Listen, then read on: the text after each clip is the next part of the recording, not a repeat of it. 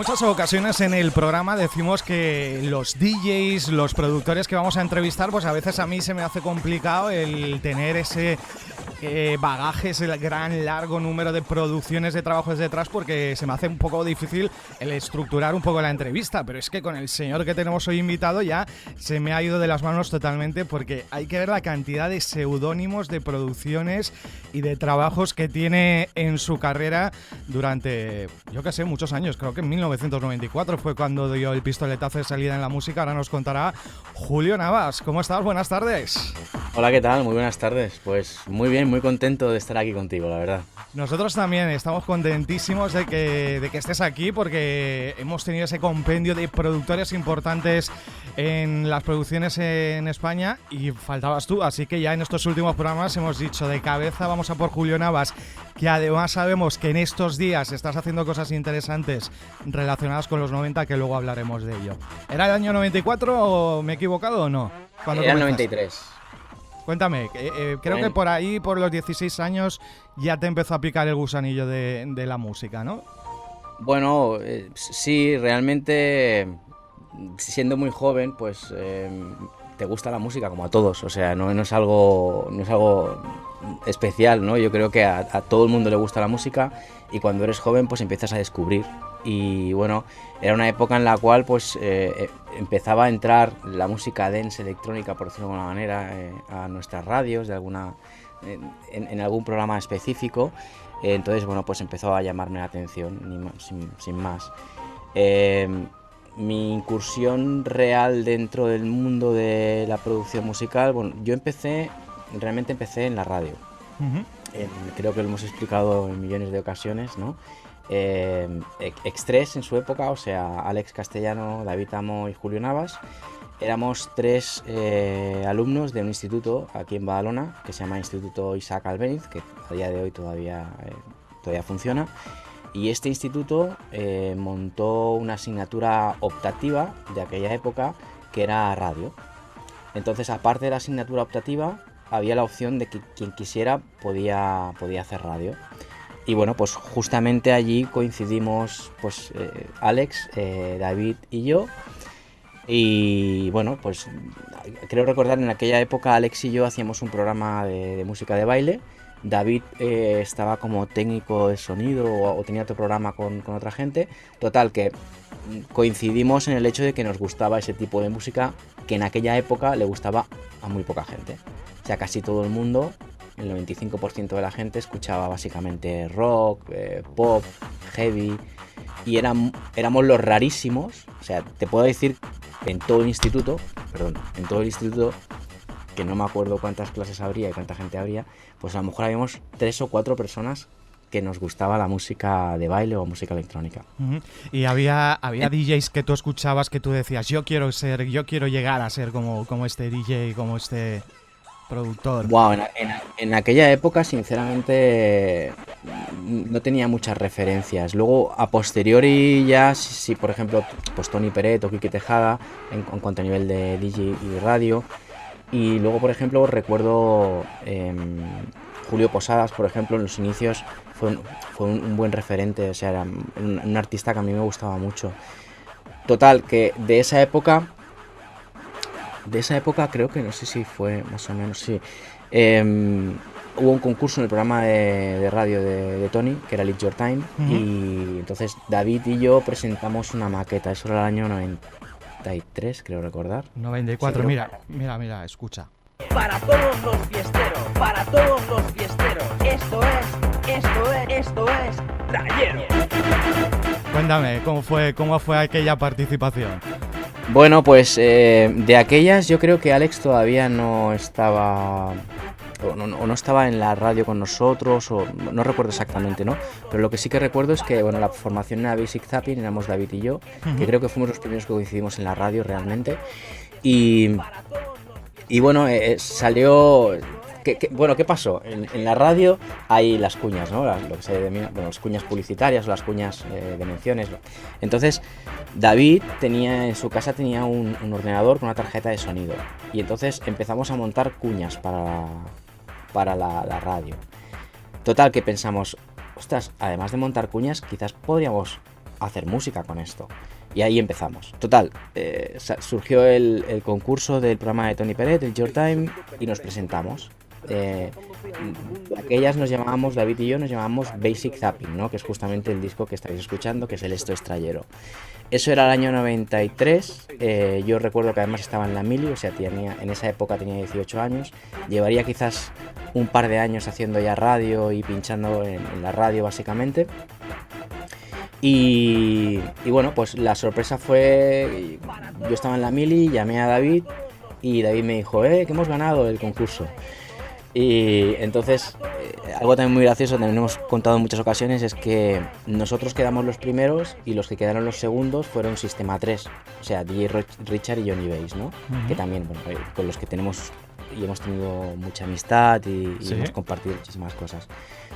Y bueno, justamente el premio de ese concurso era editar el disco. Y se editó el disco, Basic Zapping, Esto es Trayero, y ya. Y ahí está. Y luego estaba la cara B, que esto sí que es Trayero, ¿no? Era la cara B. Que estaba producido por Jordi Carreras, puede ser, Jordi Carreras y Xavi Carré. Bueno, realmente estaba producido por Jordi Carreras y realmente, o sea, digamos que el productor, no recuerdo su nombre. No recuerdo su nombre, me va a disculpar, pero no recuerdo su nombre. Era un DJ bastante... Bueno, había ganado el DMC, era de Rubí, no recuerdo, me va a perdonar, pero no recuerdo su nombre artístico. Y entonces, bueno, fuimos a un estudio, justamente un estudio de rock, y entonces con este chico que era el productor, o sea, la persona que controlaba básicamente el sampler.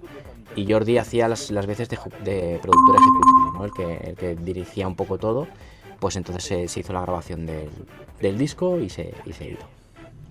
Vamos a 1995, fue el año en el que vino esa producción importante que muchos, claro, obviando el tema del concurso de maquetas, pensarán que tu primer trabajo fue el Desigual, el volumen 1 o el X3, que fue tu incursión ya profesionalmente en Boy Records, ¿no? Estos fueron tus dos primeros trabajos y dos primeros pelotazos directamente, ¿no?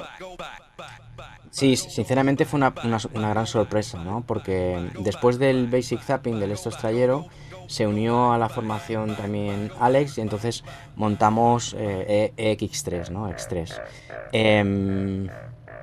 Había pasado un año o año y pico desde que se hizo el Esto es Trayero hasta que salió justamente X3. En esa época yo acabé la mili y estuve pinchando ya profesionalmente. Bueno, antes de irme a la mili ya pinchaba profesionalmente y después de acabar la mili estuve pinchando profesionalmente en una discoteca que se conocía como Scrax, y en esa época justamente es cuando hicimos el X3. Y se presentó a Boy Records y claro, la gran sorpresa pues fue que fue un pelotazo. O sea, fue un disco que incluso mucha gente nos preguntaba de dónde éramos, que si era belga. Bueno, realmente fue un pelotazo. Llegó a número 1 en la FIBE, estuvo en el top 20 o top 10, creo, 20 semanas, o sea, una burrada. Y bueno, pues... Acláranos, Julio, yo no sé si esto lo has explicado alguna vez en alguna entrevista, pero sabrás que se dice que el sample del Pi Papa de X3 es un tema de África Bambata, el Jeras and Dems. ¿Esto es así? No es, la verdad es que yo no le veo similitud con nada de ese sample, pero acláranos si esto es así o no. Efectivamente. Esto es así, ¿no? ¿Y qué trozo del sample es? Porque no... Está cambiado. Es una porción de toda la capela. Evidentemente os podéis imaginar, ¿no? Porque yo creo que esto está cogido de una cinta de audio pasada por una tarjeta de 8 bits, editando con los editores que había en la época. O sea, cualquier parecido con la realidad es pura coincidencia, sinceramente. Sí. No, actualmente, bueno, luego comentaremos, ¿no? Pero actualmente que estamos reeditando todo ese catálogo, o sea, yo escucho cosas que digo, madre de Dios, o sea, ¿cómo pudo funcionar esto? Si es que suena fatal. Claro, estaban cogidas las cosas de cualquier sitio donde podíamos. y bueno, incluso así pues se consiguieron grandes éxitos. Antes me comentabas, antes de comenzar la entrevista, que muchos de los primeros trabajos que hiciste eran bajo el sello o el inventado sello Bedroom Studios, ¿no? O el estudio donde se grabó, porque lo hacías en casa. ¿Estos primeros discos eran de Bedroom Studios, por ejemplo? Sí, todos estos primeros discos, o sea, el Basic Zapping no recuerdo exactamente, creo que sí. X3, Analogic, Desiguals, etcétera, todo esto, bueno, es que sí, todo esto se grababa en el estudio, en la habitación de mi casa, bueno, de casa de mis padres. Y luego, por ejemplo, lo que sucedía es que algunos discos se llevaban hubo un par o tres que los grabábamos en Saden, otro lo grabábamos en el estudio de Posadas también, o sea, se hacía todo y luego era un currazo porque sobre todo lo hacíamos con los tracks principales porque era una faena, era repetir de nuevo todo el disco. Se cogían las muestras, se limpiaban, se volvían a programar todo y bueno, y básicamente se hacía con los tracks principales. Los tracks secundarios, una gran mayoría estaban sacados directos, por eso también hay diferencias entre tracks principales y secundarios. Luego ya llegó un momento, a partir de no sé qué release, pues que ya todo lo hacíamos nosotros directamente.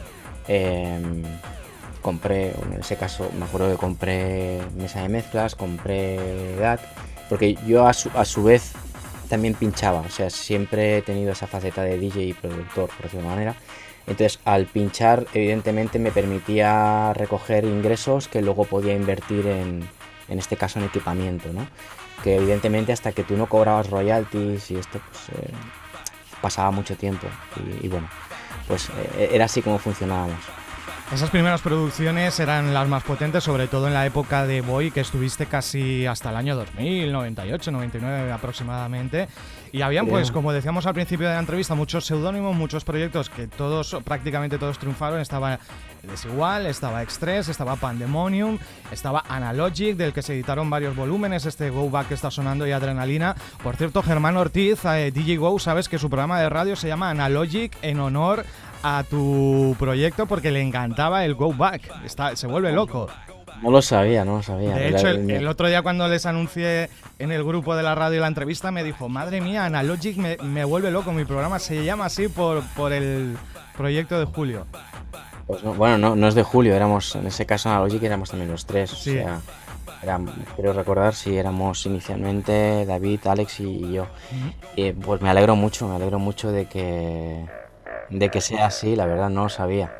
Desde el minuto cero has estado, como nos contabas antes con David Amo. Esto es difícil, ¿no? El que no haya piques, bueno, igual lo he sabido, pero el que os hayáis mantenido trabajando durante tantas y tantas producciones, ¿no? Creo que hemos estado juntos durante, no sé, 20 años o 20, pues imagínate, desde el 92 o así, creo. Sí, desde el 92 o desde el 91 hasta hace 6 años o 7 años que él bueno, salió del negocio musical. Hemos estado muchísimo, bueno, es que hemos estado, te puedes imaginar, en esta sala hemos estado horas y horas juntos y viajando por todo el mundo, hoteles. Hemos vivido media vida juntos, sí. Claro, porque muchos productores están unidos a otro DJ o a otro productor, pero paralelamente hacen muchas cosas en solitario. Pero vosotros prácticamente todos los trabajos que habéis hecho han sido juntos. Todas las Sí. formaciones diferentes, todo juntos. Sí. Todo. O sea, hasta que David decidió dejar el negocio musical, hemos hecho todo absolutamente juntos. O sea, codo con codo, mano con mano y trabajando muy duro. Sí, a partir de ahí, pues claro, todos los proyectos pues ya son Julio Navas en solitario o con otras colaboraciones, ¿no? Pero sí, hemos trabajado muchos años juntos. Desde el 98 al 2000 hubo otra de esas producciones potentes donde ya te ibas relajando un poco en el estilo musical, ¿no? Que fue Scottish Clan. Que Scottish Clan, curiosamente, empezó muy cañero, pero después empezó a ser muy progressive los siguientes volúmenes, ¿no? Sí, bueno, básicamente siguiendo un poco las tendencias que venían y... bueno, tal y como, como comentabas antes, ¿no? Son muchos años produciendo, hemos hecho absolutamente de todo, ¿no? De todo. Incluso hemos hecho muchas cosas que salen de nuestro estilo musical, ¿no? Y cosas que la gente evidentemente no conoce o porque tampoco se han proyectado para otros artistas. Hemos hecho muchas cosas. En tantos años todo cambia, absolutamente todo cambia. Aparte, yo personalmente soy una persona muy inconformista, o sea, necesito tener nuevos retos y necesito tener, o sea, tengo la necesidad de probar cosas nuevas. Hay un equipo nuevo, tengo que saber cómo funciona. Hay una tecnología nueva, tengo que saber cómo funciona. David también era muy así, ¿eh?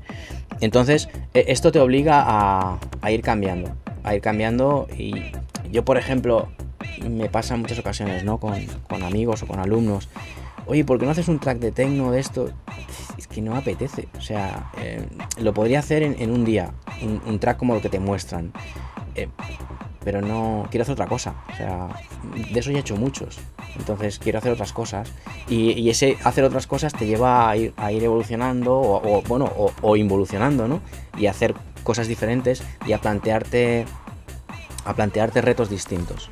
¿Vale? Por ejemplo, actualmente pues estoy en otro reto que sería trabajar en sonido envolvente. Y bueno, es un nuevo punto y en ello estoy. Ahora hablamos de esa actualidad. El sonido envolvente que se bailaba mucho en los 90 son los llamados, los que yo llamo discos onomatopéyicos, que la gente se volvía loca con ellos. Y tú entraste en esa lista de productores de discos onomatopéyicos con un montón. Estaba El Despertador, estaba La Rana, estaba El Muelle, el Boeing, estaba La Mosca Asesina. Hubieron varios, ¿no?, en tu carrera. Sí, bueno, La Rana Verde no era exactamente nuestro, o sea, esto era un trabajo de Juan de y Isaac, se llama Neurosis, La Rana Verde. Boeing sí que era nuestro, que justamente, por cierto, se va a editar, creo recordar, la semana que viene, o sea, reeditar la próxima semana, el Boeing, el Muelle, que fue la verdad es que fue un discazo también ese disco. Era la época en la que yo pinchaba en el Ponaeri. Este disco me acuerdo que lo petaba en Ponaeri, o sea, lo petaba. Y luego a la Logic, El Despertador es posterior, y el de La Mosca Asesina, que es DJ Silverado, también es posterior. Y bueno, sí, no sé, el Boeing realmente venía de un disco de DJ, no me acuerdo el nombre, de un disco de, no sé si era Zix, entonces el sonido del muelle. Había un montón, es que había un montón, en esa época había un montón. Y bueno, nosotros cogimos ciertas ideas y las plasmamos. Me hizo mucha gracia una vez, no voy a decir quién, pero había un productor, digo había porque evidentemente desapareció, que nos preguntó: oye, ¿y cómo habéis sampleado el sonido del spray de la mosca? Entonces, para el que es productor o tiene un mínimo conocimiento de producción, sabe que eso no es sampleado, sino que eso es ruido. El ruido lo filtramos y entonces hace el efecto del pero es ruido, al fin y al cabo. Ajá. Y bueno, fue bastante gracioso, ¿no? El ruido dices, blanco, hostia, que se llama, ¿no? Sí. Sí, es el noise. El noise. Muy bien. En ese cambio de estilo, ya fue en 2000, cambiaste también de sello, dejaste Boy, te marchaste a Vale Music, donde en Vale Music tuviste una carrera donde hiciste un montón de cosas comerciales, como pudieran ser, pues, el Online o Spring. Luego hiciste muchas cosas house para Tanga, como Les Fils du Soleil, Unisex o Luomo, ¿no? Sí, también hicimos, por ejemplo, el Techno House Festival con Nano y Abel, el disco de la fiesta de Madrid, del Techno House Festival. Hicimos un montón de cosas. Y hay que entender que Vale Music era una compañía más grande y más comercial, y exploramos ese campo también. Y luego a nivel house, la verdad es que nos fue bastante bien. O sea, con Les Fils du Soleil nos fue muy bien. Es lo que te comentaba antes. Nos gusta experimentar, hacer cosas nuevas, probar nuevos sonidos, probar nuevas técnicas, y eso te lleva pues a hacer distintos productos. Y bueno, pues la verdad es que fueron bastante bien, fue la cosa bastante bien. El Spirit du Soleil funcionó muy bien. Me acuerdo que el disco, por ejemplo, de Chai Beat que hicimos, el Sexual Relations, funcionó muy bien, con licencias en varios países y tal. Y bueno, pues la verdad es que contentos también en ese campo. ¿En qué momento se fundó Fresco Records? Porque Fresco ha sido el propulsor de un montón de producciones electrónicas súper interesantes. Bueno, nosotros estuvimos unos años en Boy Records hasta que realmente Boy, digamos que, o Ginger, llegó como a su techo, ¿no? Y entonces dimos el salto hacia... Bueno, evidentemente te puedes imaginar, en aquella época recibimos ofertas para movernos a todas las compañías, con el éxito de X3, Desigual, Silverados, etcétera. Pero bueno, nosotros estuvimos muy contentos y muy a gusto con el equipo de Ginger y nos trataron súper bien, la verdad. Y bueno, estuvimos allí hasta que vimos que nuestra carrera pues necesitaba un salto. En esa época fue cuando The Max Music se excisionó, por decirlo de una manera, y Ricardo Campoy y parte del equipo que había en Max pues montaron Vale.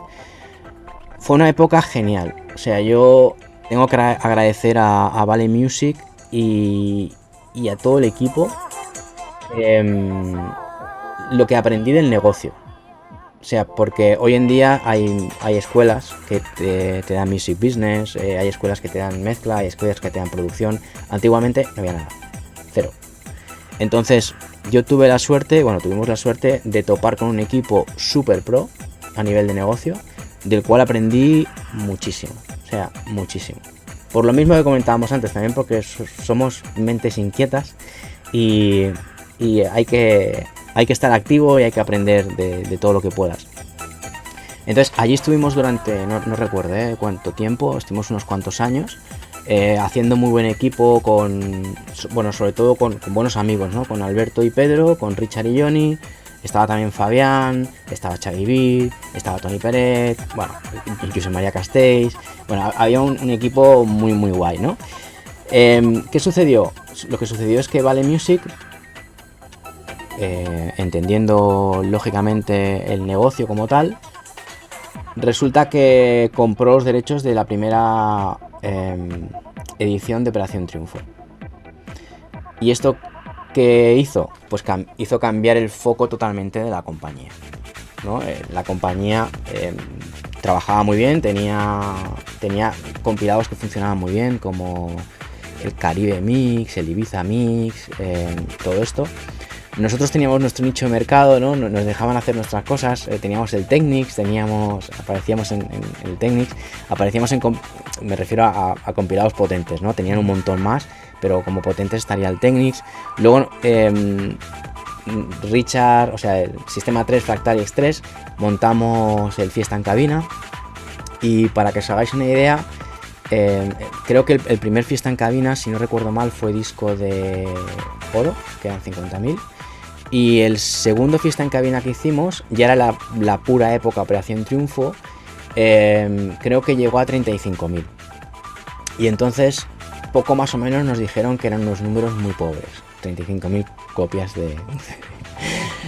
Total, que pues, en ese momento ya percibes... Que lo miren hoy en día, si sería pobre lo que se está vendiendo. Claro. Bueno, pero yo lo entiendo... Porque claro, de Operación Triunfo lo comparaban con Operación Triunfo, claro. Medio millón. No que te compararan con Operación Triunfo, pero bueno, yo entiendo que pues quizás era un producto que no era tan rentable. Total, en ese momento entiendes que el foco de la compañía en la que tú estás es otro, totalmente comprensible, y justamente es cuando viene pues lo que tú comentas, ¿no? Es el momento de decir, bueno, pues quizás hay que dar otro salto. Era un momento muy complicado, o sea, nosotros cuando montamos Fresco Records fue un momento en el cual estábamos por tirar la toalla. Y en esa época hicimos varios movimientos. En primer lugar montamos algo muy innovador para su época, que era una página de venta de samples. Ajá. Samples hechos por vosotros. Sí, por nosotros y por otros artistas, ¿no? Por ejemplo, estaba Julio Posadas, había varios artistas. Claro, te digo, muy innovador para la época, porque claro, hay que tener en cuenta que en muchísimos sitios internet funcionaba como funcionaba. Total, que ese proyecto evidentemente no nos funcionó. Eso te deja en números jodidos. Y bueno, nosotros seguíamos haciendo música y en esa época empezamos a ofrecer nuestra música a compañías externas, ¿no? Por ejemplo, uno de los grandes, o un punto que creo que nos lanzó fue cuando hicimos el In and Out, el Equalizer, que salió por Muteki Records y de aquellas creo recordar que lo remezclaron Steve Angelo y Sebastián Ingrosso. Ahí hicisteis un change, ¿no? Porque ellos os remezclaron y después vosotros remezclasteis un tema de ellos. Sinceramente no recuerdo, pero puede ser que sí. Sí, te lo digo yo. Sí. Hemos hecho remezclas a muchísima gente. Sí, y pero la que verdad quiero es decir que siendo tan importantes que os remezclaron, me pareció curioso que os hubieran remezclado y vosotros también lo hicisteis con ellos. Sí, en este caso, bueno, fue que a ellos les gustó nuestro track y se ve que se ofrecieron a remezclarlo. Y entonces entiendo que la compañía lo que hizo fue lo que se denomina un swap, ¿no? Un intercambio de remezclas. Entonces, bueno, este disco funcionó bastante bien y pensamos, ostras, pues quizás no estaría mal, ¿no? El hecho de decir, venga, montar un sello. O sea, nosotros lo que veíamos en ese momento es que nuestro concepto musical no tenía cabida en España. En ningún label, en pocos clubs. Y entonces lo que hicimos es decir, venga, apostamos todo a una carta. Vamos a montar nuestro proyecto con miras al extranjero. O sea, obviando España. Y había sido nuestro nicho de mercado. O sea, nuestro nicho de mercado hasta la época había sido básicamente España, Italia y Francia. ¿Vale? Entonces, en ese momento montamos Fresco Records y la verdad es que, bueno, funcionó bastante bien. Yo creo que tuvimos bastante suerte y nos funcionó la cosa muy bien. Nos funcionó la cosa muy bien hasta que llegó el gran hit, o el primer gran hit, que fue Electronic Electro. Electronic Electro fue el disco que empezó a pinchar todo Dios. ¿Vale? O sea, hasta ese momento habíamos tenido buenos feedbacks. Incluso, por ejemplo, nosotros nos distribuía físicamente Intergroove, que era una compañía alemana, y la gente de Intergroove nos decía que había gente, o sea, clientes que les decían, ¿esta gente quién es? Porque los discos sonaban bien y estaban bien estructurados, y claro, era porque nosotros, o sea, no siendo conocidos a nivel internacional, llevábamos muchísimos años trabajando a nivel nacional. Y eso evidentemente te da un bagaje que luego se plasmaba en el trabajo. A mí me flipaban los discos de Fresco Records. De hecho, sobre lo que decías tú, que en España sabíais que no iban a tener tirón, mi jefe en la radio los retiraba, los metía en la discoteca y yo cuando no estaba los sacaba y los pinchaba en la radio. Pero cuando veía un disco de Fresco Records, esto es muy raro, esto es muy alternativo, esto aquí no puede sonar. Sí. Bueno, incluso te puedo decir que hay un caso en concreto de una radio muy, muy, muy famosa que se presentó en Electronic Electro y dijeron que era nada y que eso no se iba a poner ni de broma. ¿Qué pasó? Que Electronic Electro pegó el petardazo y luego lo tuvieron sonando en fórmula no sé cuánto tiempo, igual un año. Bueno, y así es. Hay que entender que también, o sea, el underground, por decirlo de alguna manera, deja de ser underground en el momento en el cual el público lo quiere escuchar masivamente. En ese momento ya cambia. Entonces tú lo haces con una visión y bueno, llega un momento en el cual el público lo absorbe y eso pasa a ser comercial. Y esto nos ha pasado con un montón de discos durante un montón de años. O sea, por ejemplo, justamente el X3 no es un disco comercial, para nada. O sea, cuando era una época de cantaditas, era una época de no sé qué, es un disco de matraca a matraca. Y se hizo un disco popular. Desigual igual. O sea, el primer Desigual, por ejemplo, era un disco de matraca. Le llamaban el disco de la mosca o de la avispa o no sé qué. Por el sonido, el tacatá, tacatá. Era un disco de caña. Y se hizo popular. Sí, en este caso sí que había una melodía que quizás era más bonita y tal, pero A mí me recuerdan esas primeras producciones que hiciste de bases cañeras con lo que era aquí en Valencia las producciones de Moon Records. Me recuerda mucho a ese estilo que eran bastante negados para hacer que no querían, vamos, hacer cosas cantadas, comerciales, y eran pues eso, bases potentes que tenían aparte tengo muy buena amistad con Richard, con DJ Silvan, con el cual pues desde aquí le mando un saludo. Es un tío excelente. Y creo que hemos tenido, por decirlo de una manera, carreras bastante similares. Yo incluso, esto que comentabas de las cantaditas, cuando yo pinchaba, yo nunca he sido de cantaditas para pinchar tampoco. Sí que he puesto alguna que a lo mejor me ha llamado la atención, pero yo nunca he sido de cantaditas. Y había sitios en los que me decían, ¿por qué no pones una cantadita? Digo, ¿por qué no? O sea, porque no pongo cantaditas, o sea, yo pongo esta música. Bueno, pero hostia, una cantadita, no, o sea, hay música para poder bailar, no tienes que la base cantadita típica, ¿no? Del Levante y no, pues son conceptos. Y en este caso creo que Richard, siendo del Levante, seguía mucho mi filosofía también. En ese sitio donde te encuentras, en ese estudio, se llamó el Laboratorio de Sensaciones, no sé si se sigue llamando ahí, así, y ahí pues se han hecho un montón de cosas, ¿no? Se han hecho producción para Benny Benassi, un tema llamado Give Me Your Love, para XTM y Anya, has masterizado a Los Witness con Andrea Brighton en el Wait For You también, has producido para Aquaviva, y antes hablábamos de remixes para Trente Moller, David Guetta, para Rhinoceros, para Joaquín Garrot, para Tocadisco. ¿Cómo fue todo esto? ¿Cómo vino toda esta conexión súper importante internacionalmente? Bueno, pues sencillamente vino a través del éxito del trabajo. O sea, sin más. Es trabajar y que, bueno, son cosas, lo explicas y son cosas que llaman mucho la atención, ¿no? Sobre todo cuando alguien que tú admiras resulta que él te admira a ti. Y te quedas como diciendo, ¿pero cómo? Esto no puede ser, ¿no?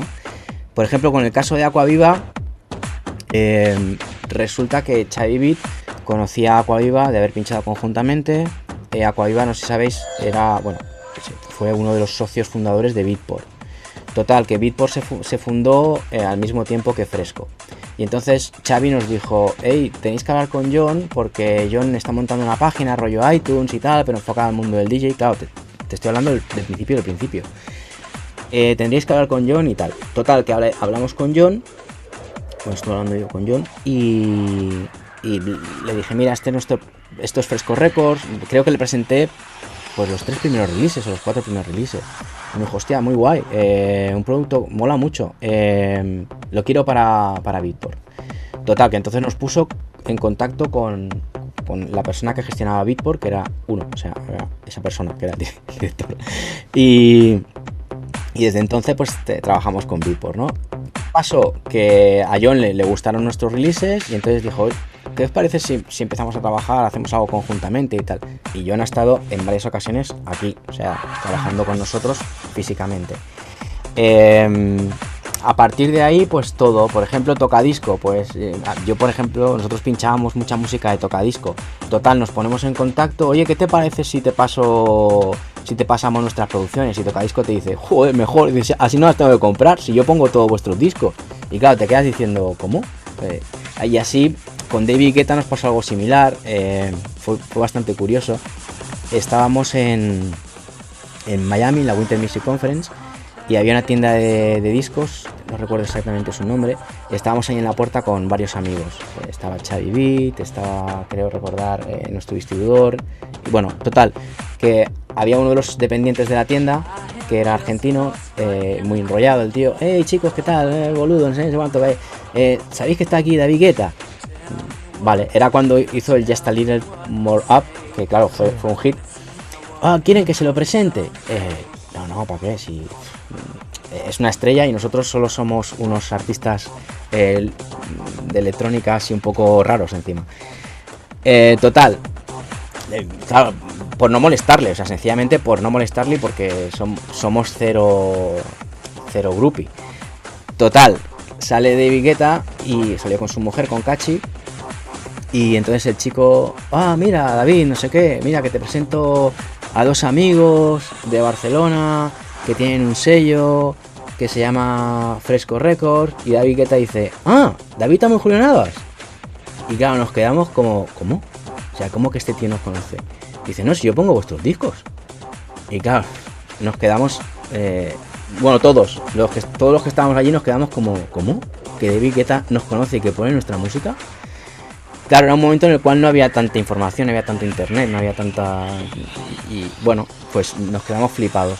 Y a partir de ahí, pues la relación, luego pues nos pidió remezclas. Luego también, a posteriori, nosotros pinchábamos en Space de Ibiza los viernes por la mañana. David estaba los jueves por la noche en Pachá. Muchísimas veces coincidíamos en el avión, en el aeropuerto. Bueno, total, que había mucha relación. Y con el resto, pues con Trentemøller vino a través de... La petición vino a través de Metropol, creo recordar. Con Rhinoceros se pusieron en contacto con nosotros. O yo que sé, un montón... Pues te van llegando peticiones. Y hay muchas peticiones que también se han desechado también por cuestión de tiempo. Cuando en esa época viajábamos mucho y entonces tienes que organizarte muy bien lo que puedes hacer y lo que no puedes hacer. Y después de haber hecho producciones con tanto éxito en España, haber trabajado, colaborado, remezclado a DJs tan importantes internacionalmente, haber viajado tanto como dices, porque habéis estado en eventos importantísimos a nivel mundial, ¿te queda algún sueño por cumplir dentro de la música? Bueno, yo creo que esto es infinito. Quiere decir que cuando has conseguido una cosa, pues te puedes plantear otro reto. Por ejemplo, cosas que me gustaría hacer actualmente, ya estoy haciendo, pero me gustaría trabajar un poco más en el diseño de sonido para audiovisuales. Me gusta mucho. O sea, es un campo que estoy descubriendo en los últimos años. Me está gustando mucho y le estoy invirtiendo cierto tiempo y me gustaría trabajar en algún proyecto importante o con peso. Luego incluso, por ejemplo, hacer algo de música para series o... Hemos hecho cosas para anuncios y cosas así, pero bueno, pues algo para series o para alguna película. En los últimos años tenemos un proyecto conjunto, no sé si, supongo que estarás al caso, con Chai Barranquero, que sí, es un productor también de la época. Y tenemos un proyecto conjunto que es We Sound Master y desde allí damos un montón de servicios a artistas, a productoras, a televisiones, a absolutamente de todo. Y bueno, hacemos muchas cosas y la intención o el objetivo es seguir así, o sea, seguir haciendo cosas, seguir sonorizando cosas y bueno, creo que poco más, la verdad. Bueno, poco más y muchas cosas que no hemos contado. Has hecho periodismo musical, escribiendo en Vicious, en DJ Magazine, impartes, como decías antes, clases sobre música, sobre técnica, sobre producción.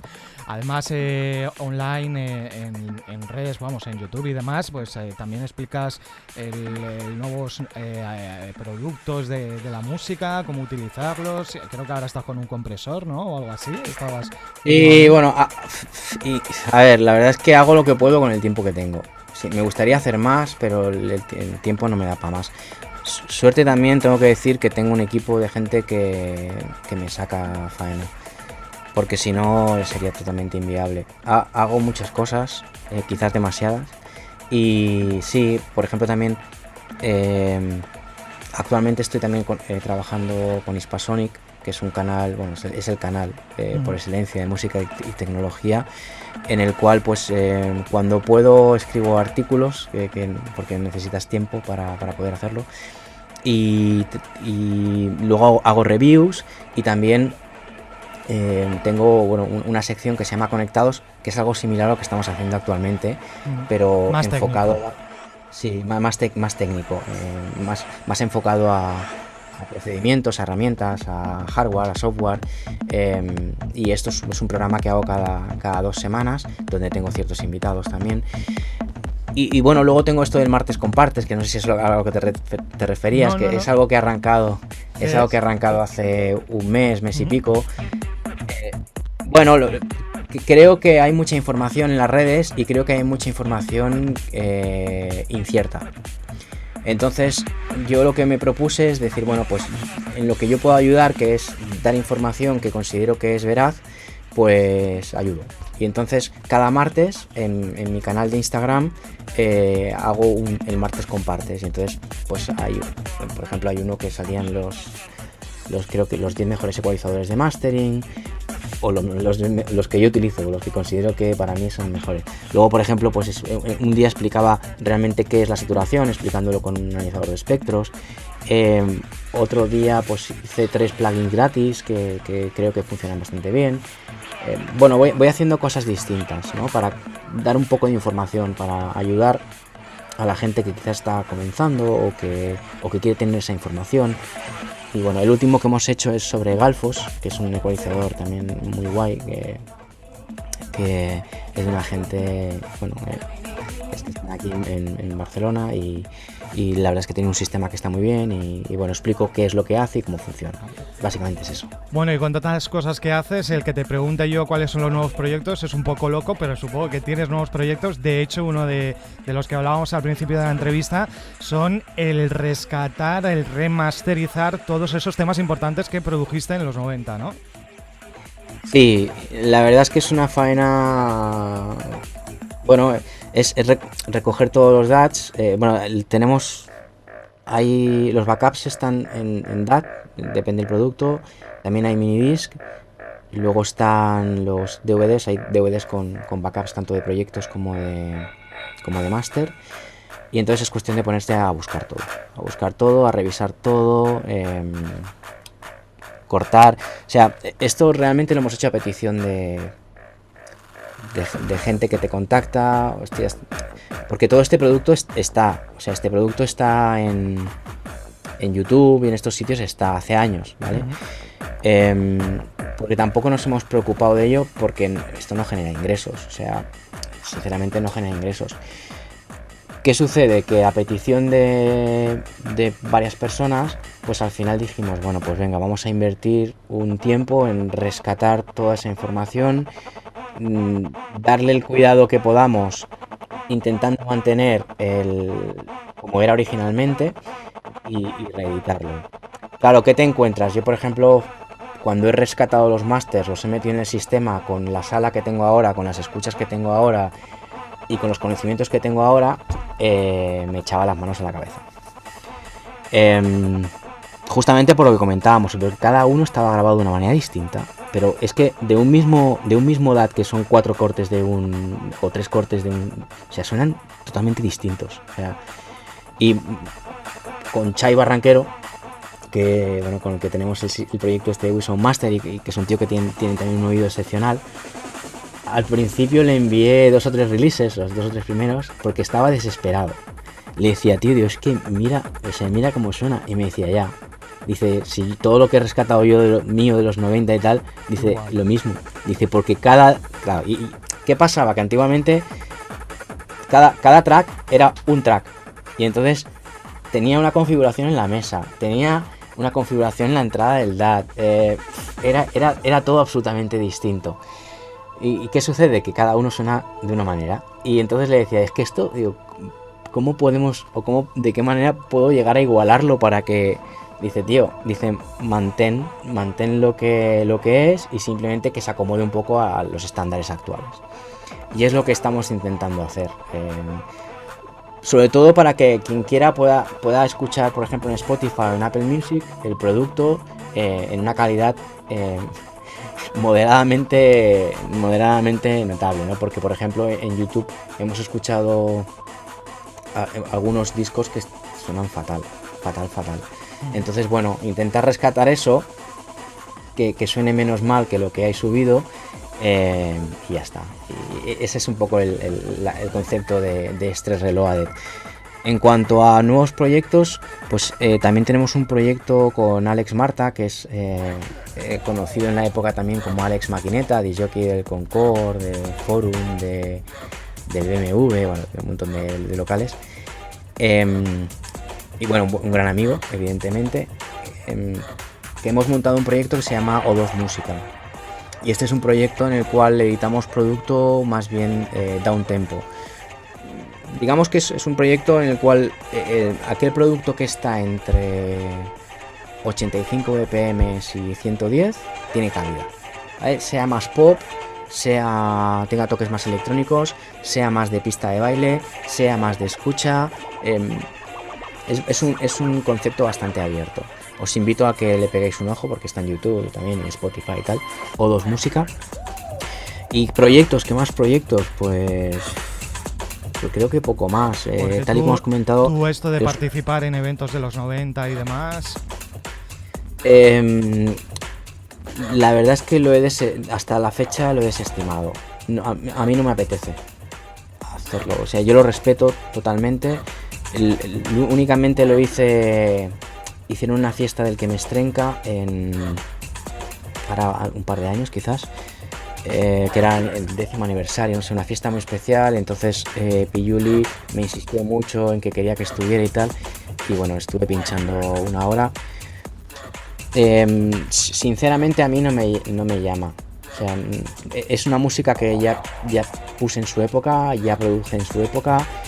Entonces, llevado quizás a otro concepto, sí que lo haría. O sea, quiere decir, a lo mejor organizar algo únicamente express, que no fuera un DJ set, sino hacer algo con, pues eso, el express, el desigual, el DJ Silverado, Analogic, hacer como una mezcla de los tracks con un concepto audiovisual, algo así quizás sí que me llamaría más la atención. Pero sinceramente, a mí, ponerme a pinchar música de los 90, a mí no me llena. O sea, ya lo he hecho, ya lo he disfrutado y eso pues queda en mi legado. Pero a mí personalmente no me llena. Y hacerlo únicamente por dinero... pues no. Te digo esto como que igual de aquí a 4 meses digo, oye, pues mira, me apetece poner a pinchar música de los 90 y le tiro. Pero hasta la fecha he recibido varias propuestas al respecto y no me llenan. Por ejemplo, mi socio Chayo Barranquero, el Clublanders, Poldroid, Status, Ororo, él también es un montón de formaciones de la época. Él sí que está haciendo, pero lo está haciendo formato directo. Eso me gustaría más, o sea, más que pinchar, porque él, te digo, ya lo he hecho 1000 veces. Hace un formato directo, entonces está él con la cantante y entonces hacen el formato live, actuación de toda la vida. Y es algo que eso también lo hicimos en su época, eso es algo que sí que me llama más. Pero ponerme a pinchar música de los 90, pues no, sinceramente. Bueno, pues tenemos a Julio Navas en redes, podéis buscarlo para saber todas sus novedades, todas las cosas que hace, que ha hecho y que va a hacer. Y antes de que te marches, Julio, me hablabas de pinchar, de hacer cosas por dinero, como que no. Y yo tengo una pregunta que es que me digas cuál es de todas las producciones que has hecho la que más te ha aportado personalmente y la que más te ha aportado económicamente. A ver si serías capaz. A nivel económico, sinceramente, no lo sé. O sea, no lo sé, no lo tengo medido. O sea, te diría quizás los tracks que más han funcionado, ¿no? Como Express o Desigual o Electronic Electro, pero no te lo puedo asegurar porque no lo sé. Es más, también te puedo decir que hay discos que sin ser tan famosos han funcionado mucho mejor también. En cuanto a números han generado importes. Es tan sencillo, por ejemplo, hace poco han puesto una canción mía una canción nueva, de las nuevas, en una película. Entonces, claro, simplemente por el derecho de sincronización y las ejecuciones que luego tenga, igual en importe gano más que cualquier otro track que haya hecho que haya sido un éxito. Entonces, a nivel de números no te puedo decir porque no lo tengo calculado. ¿Y personalmente? A mí personalmente, yo creo que un disco que... Hay 2 discos que creo que han marcado la diferencia, que fue el Express y el Electronic Electro. El Express creo que marcó la diferencia a nivel nacional y el Electronic Electro lo hizo a nivel internacional. Creo que son dos tracks claves dentro de nuestra carrera y de la mía en particular, ¿no? Yo me siento orgulloso de todos los trabajos que he realizado, si no los hubiera hecho. Me acuerdo, no hace mucho, el amigo de un amigo, nos presentaron y dice, Julio Navas, no sé cuántos, tal. Total, que es un chico que viene de otro mundo, totalmente distinto al negocio de la música y tal. Y me decía, ¿y cuál es tu nombre artístico? Y le digo, no, Julio Navas. Y dice, ah. Y entonces me decía, hostia, pues tienes algo así como queriendo decir, tienes que estar muy seguro de lo que haces para firmarlo con tu nombre real. Y dices, hostia, es verdad. O sea, tienes que estar muy seguro, ¿no? de que haces las cosas lo mejor posible, porque al fin y al cabo eres tú quien está dando la cara. No hay un seudónimo detrás. Y claro, me decía, dice, ¿y cuál es tu nombre artístico? Me dijo, no, ¿cuál es tu nombre de guerra? Y le digo, ¿cómo? Dice, no, tu nombre artísticamente. Digo, no, Julio Navas. Dice, y entonces me dijo esto. Digo, pues tienes razón. Pues sí, o soy muy gilipollas o... No, yo creo que no. Y además lo que has hecho hasta ahora lo has hecho con buen acierto. Han pasado un montón de años, o sea que yo creo que ya no te puedes equivocar a partir de este momento. Equivocarnos nos equivocamos constantemente. Sí, pero lo puedes rectificar antes de lanzarlo. Sí. ¿No? Pues Julio Navas, muchas gracias por haber compartido este rato con nosotros en MDT Radio, en Featuring, por esta charla. Pues que, bueno, te hemos sacado un poco de tus entrevistas que últimamente haces, que son más técnicas, ¿no? Más de aparatos y de cosas técnicas, y hemos hablado, pues eso, de anécdotas, de batallitas y de aquellas cosas que hiciste en la música. Por cierto, antes de irnos, David Amo está haciendo también sonidos así un poco ambientales, he visto por ahí, por YouTube, ¿no? Sí, creo que ha hecho alguna cosita, creo que el año pasado o el anterior, pero está bastante retirado de lo que es la creación y la producción musical al completo. Creo que ha hecho algunos tracks, pero como cosas esporádicas y un poco más como... personal y hobby. Bueno, evidentemente es que, o sea, esto se lleva en la sangre. O sea, yo, por ejemplo, mi hijo pequeño me dice, papá, ¿y si nos toca la lotería? Digo, pues si nos toca la lotería, pues seguiré haciendo música. O sea, evidentemente con otro enfoque, con otro prisma, pero es algo que llevamos dentro y que tú tienes que desarrollar. O sea, claro, aunque sea tocar las palmas, pero es el mono de la música, como digo yo también en la radio nos pasa, cuando estás un tiempo sin hacer radio, pues tienes el mono.